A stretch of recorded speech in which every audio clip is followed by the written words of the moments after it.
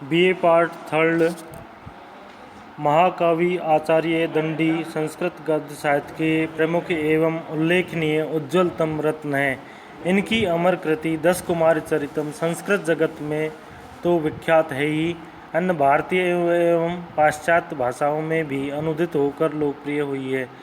इसका 8वां उच्छ्वास विस्तृत चरितम, जो कि कोटा विश्वविद्यालय कोटा के syllabus BA part third Sanskrit में रखा गया है। आचार्यों ने गद्य की परिभाषा एवं इसके बारे में इस प्रकार बतलाया है कि पद से भिन्न वर्ण और मात्राओं के क्रम और संख्या के बंधन से रहित आवश्यकता एवं वक्ता की इच्छा के अनुरूप आवश्यक पदों के सन्निवेश को सामान्य भाषा में गद्य कहा जाता है।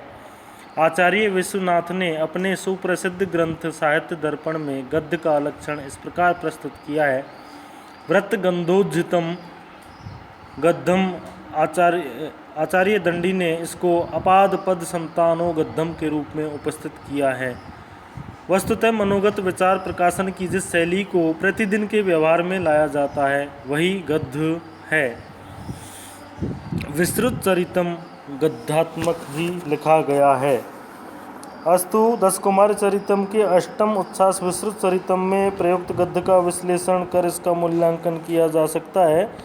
संस्कृत साहित्य की प्रमुख गद्य रचनाएं वासवदत्ता, कादम्बरी, हर्षचरितम, शिवराज विजयम, चंद्रमहीपति, कुमुदनी चंद्र आदि उक्त गद्य भेदों की सफल रचनाएं हैं। गद्य का विकास धीरे धीरे हुआ। पहले भारतीय संस्कृत में पद्यात्मक रचनाएं प्रकट हुई। महाकवि दंडी का जीवन परिचय इस प्रकार है। महान संस्कृत गद्य लेखक दंडी के जीवन चरित्र के संबंध में अद्यावधि पूर्ण जानकारी प्राप्त नहीं हुई है। कुछ ही समय पूर्व अवंती सुंदरी कथा तथा अवंती सुंदरी कथासार नामक 2 ग्रंथ प्राप्त हुए हैं। प्रथम के लेखक दंडी ही बतलाए जाते हैं। इस अवंती सुंदरी नामक ग्रंथ के प्रारंभ में दंडी का जीवन चरित्र प्राप्त होता है। उसके मतानुसार इनके पिता का नाम वीरदत्त और माता का नाम गौरी है। इनके माता पिता का देहावसान इनकी बाल्यावस्था में ही हो गया। ये कुछ दिनों तक अनाथ के रूप में इधर उधर भटकते रहे। अंत में इन्हें पल्लव नरेश की सभा में स्थान मिला। वहीं इन्होंने अपने ग्रंथों की रचना की।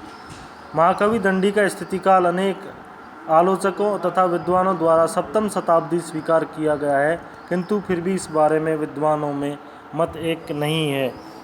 आचार्य दंडी की 3 रचनाएं हैं, काव्यादर्श, अवंती सुंदरी कथा तथा 10 कुमार चरितम। 10 कुमार चरितम से ही विस्तृत चरितम लिया गया है। इसकी संक्षिप्त में कथा इस प्रकार है।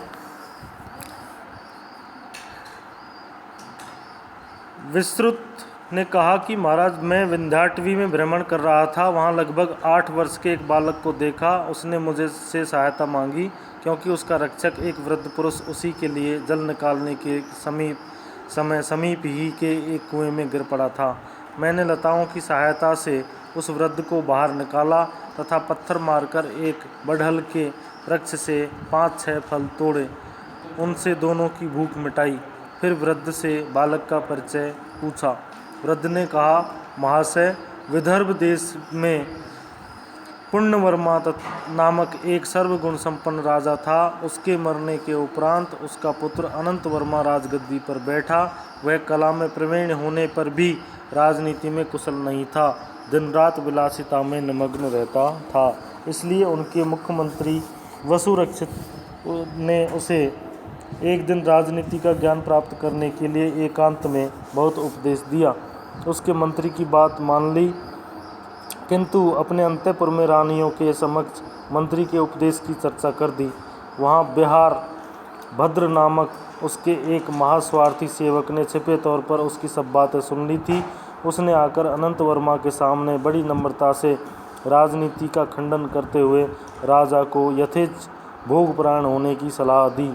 कामी राजा पर उसकी चिकनी चुपड़ी बातों का असर पड़ गया। फिर क्या था? अनंत वर्मा मंत्री की अवहेलना करके भोग आसक्त हो गए।